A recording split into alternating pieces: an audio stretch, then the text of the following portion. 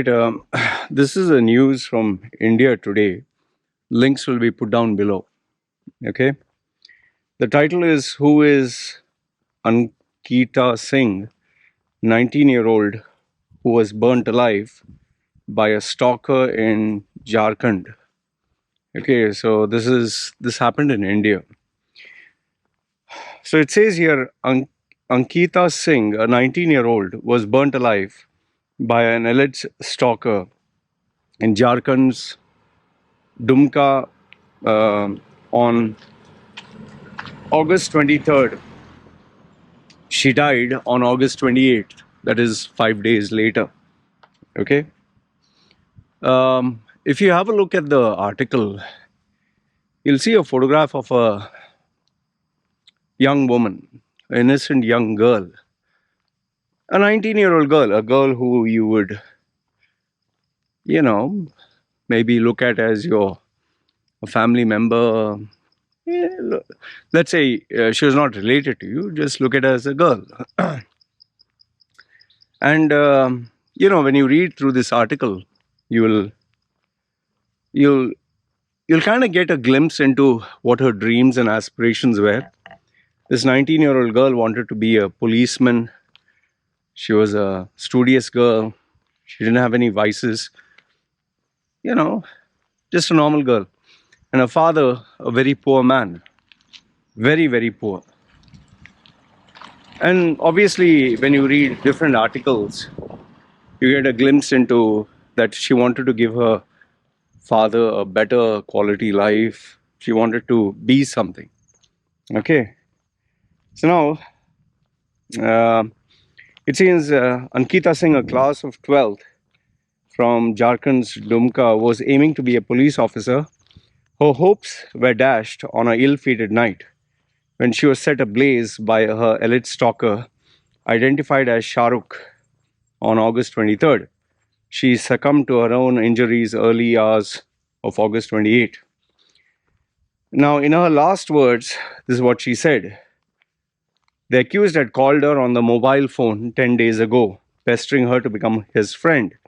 He called me again at 8 p.m. on Monday and told me he would kill me if I didn't talk to him. I informed my father about the threat, to which he assured me he would talk to the man's family on Tuesday. After having our dinner, we went to sleep. I was sleeping in the other room. On Tuesday morning, I experienced a sensation of pain on my back and could smell something burning. I found him running away and went to my father's. No, running away. I opened my eyes. I started screaming in pain and went to my father's room. My parents doused the fire and took me to hospital. She informed the police hours before her death. So this guy apparently uh, do you know how insane this is? And I want you to have a look at even this guy's photograph. The guy is actually smiling when being arrested. He doesn't look like someone who is mentally deranged or something. He has a good hairdo. He looks smart. Young boy. But he's smiling. He's smiling as if he has done something great, as if he's accomplished something, which to me is very disturbing. Okay, it's very disturbing just to think that is this the mentality of our Indian youth? Now, I know that some of you will say there are already. Some will say, oh, he is a Muslim.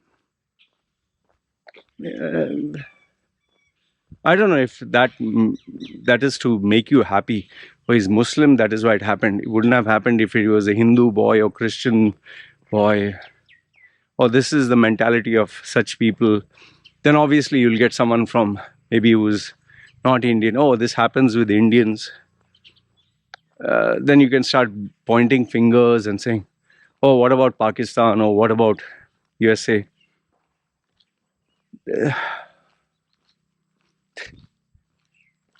I mean, where do we stop? Where do we stop justifying and identifying people. Oh, he's Muslim. Oh, he's Indian. Oh, he's this. Oh, he's that. Me personally, I'm really sick and tired of such individuals. And to be honest with you, if you make the punishment so horrific that a person would think 10 times, then maybe these crimes would not exist. Like, for example, for a guy who rapes a girl and they get evidence and it's proven, then castrate him, chop his balls off, his main private part, chop it off, with the medical this thing, and then name and shame him and keep him alive. Let him be the mockery of the whole world.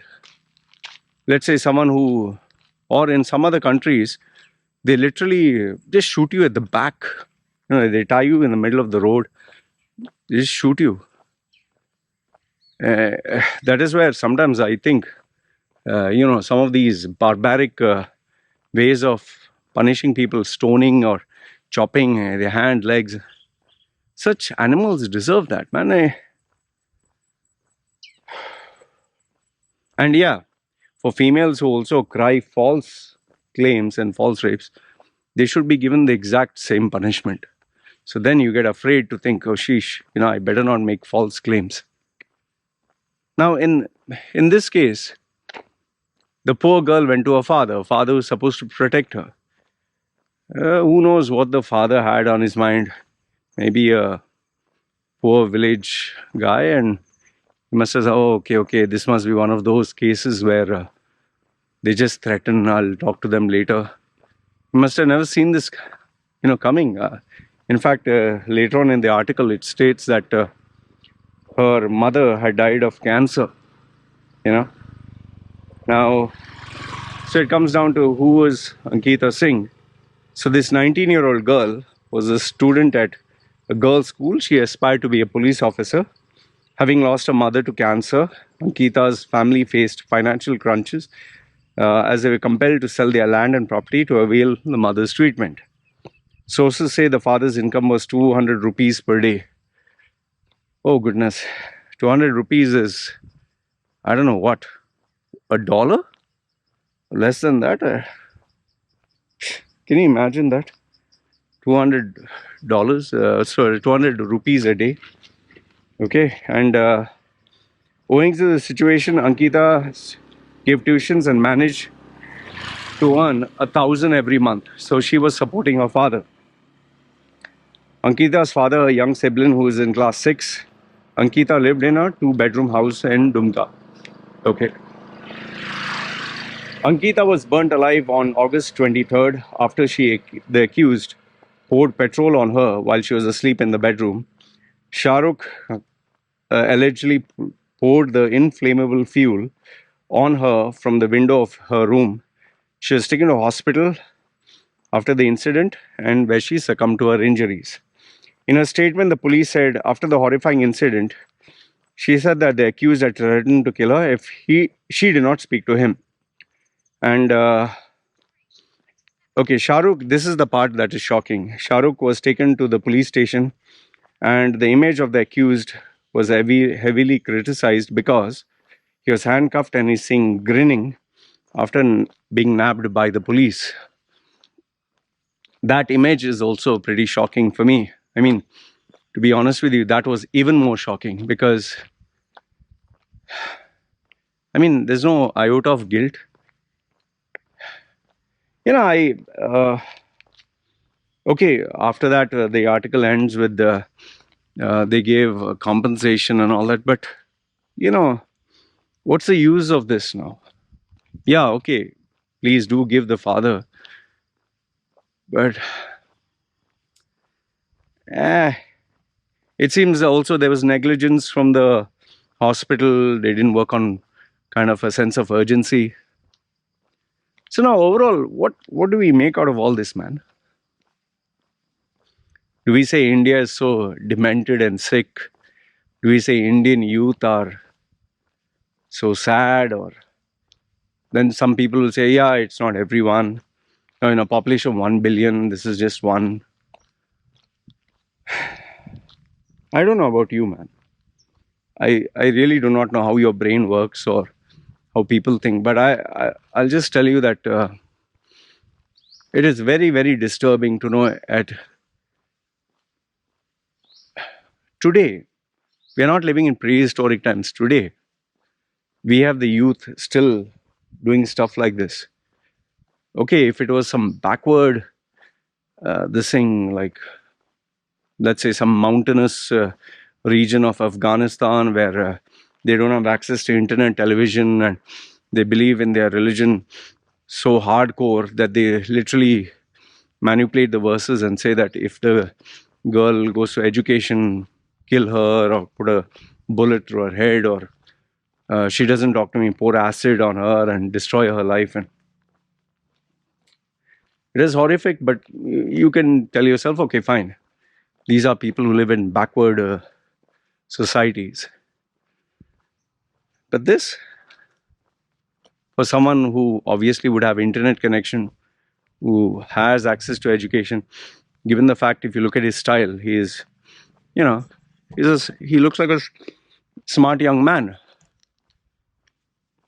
But smart young man, good hairstyle, good appearance. What's in his head and heart? We're living in very disturbing times, very, very disturbing times. And all I can tell you is, in a way, that is why I'm genuinely, that's the reason I didn't want my daughter to go to India, or I didn't want to settle down in India, or my daughter to even take up Indian citizenship. It's not to hate on India. It's just, I'm just very afraid for my own daughter. Yeah, I know, I'm aware that in Thailand, yes, there are crimes happening and all that, but you don't believe the level of protection and or benefits in some cases. Like my wife's grandmother, who's 94, um, she needs very expensive medical care. She's getting it for free. My wife's mother, she has COVID. The She stays in a village. The treatment and medicines are for free. So there are people who have cancer in my wife's village. Because they're Thai citizens, the treatment is for free. Medicines are for free. So explain that to me. See, crimes will happen everywhere. India, Pakistan, USA, every country. Demented people will be there everywhere in every religion. But simply just pointing fingers and saying, he is Hindu, he is Muslim, he is this, he is that. We need to stop. We need to stop this nonsense of identifying someone in categories and feeling good about it. Crime is a crime. For this young man, I sincerely, sincerely hope that he is kept behind bars for the rest of his life in the most deplorable conditions possible. Because he just destroyed a life, man. I don't know what the father must be going through. Sad state of affairs for India. That's all I can tell you. Really sad state of affairs. It's really terrible. Anyway, that's all I wanted to share with you guys. Let me know your thoughts in the comments below. Good, bad, ugly. Just terrible what happened. Anyway, put your comments down below. You guys take care.